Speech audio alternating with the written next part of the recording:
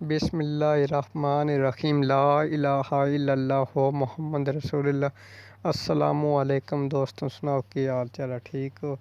Fridge है मिले company दी चलती है, कूलिंग कोई नहीं करती तो इस गैस का प्रॉब्लम है। गैस असीं अज दे रिफिल करां दे ते तरीकेकार तुहानूं दसदे हैं किस तरह गैस रिफिल करी दी है। अस प्लग लान लगे हैं, मोटर साड़ी चल गई है। मोटर का आवाज़ कोई नहीं इतना आ रहा जी, गैस बिल्कुल ही कोई नहीं। साढ़े कोल सिलेंडर R600 गैस का हफ्ता असीं वाल जेह्ड़ा ला दिन्ने आं। वाल नूं अच्छी तरह टाट कर देना, लीकिंग ना रवे इसदी।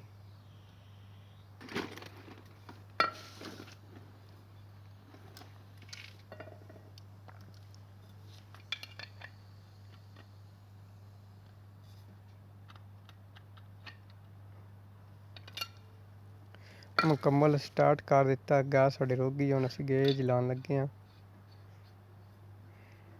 गेज ला के ते गैस खोलण दे, गैस खोल के ते जेह्ड़े विच हवा है कोई पैप च ओह् बाहर कड्ढ देवांगे। फिर साडी फ्रिज चोक नहीं होन लगी।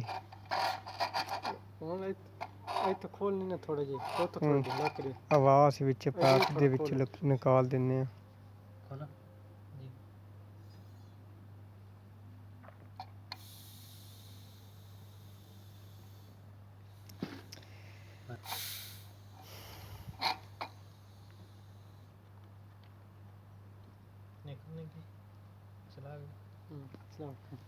नवे मॉडल दी जेह्ड़ी फ्रिजां न उं'दे च R600 आंदी है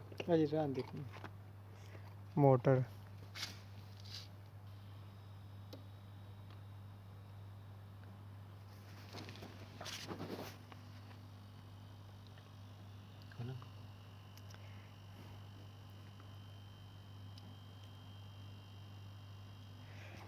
आस्ता आस्ता गैस खोलनी है, यकदम सारी नहीं खोलनी एक दफ़ा।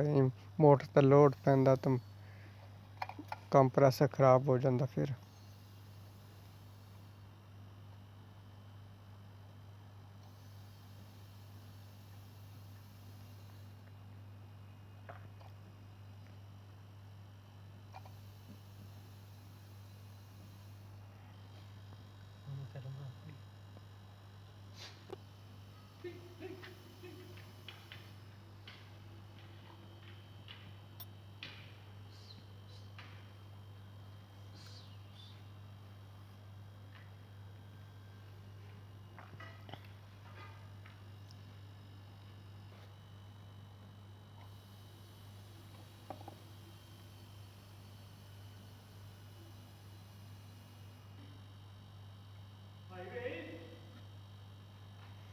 साडा सिलेंडर है गैस वाला छोटा सारा।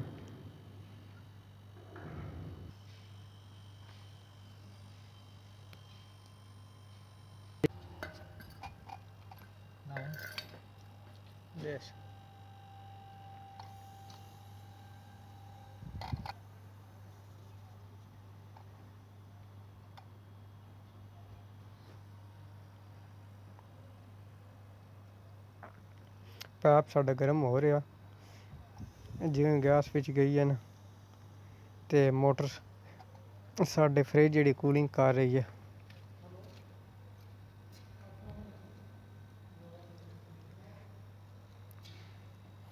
एक पैप गर्म होंदा, दूसरा ठंडा होंदा। इस फ्रिज दी डबल कैपरी है।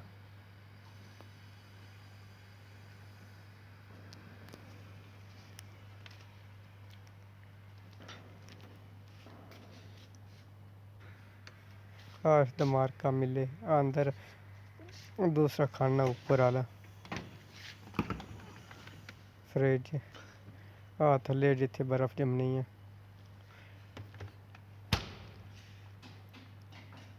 काम साडा मुकम्मल हो गया दोस्तों, दुआवां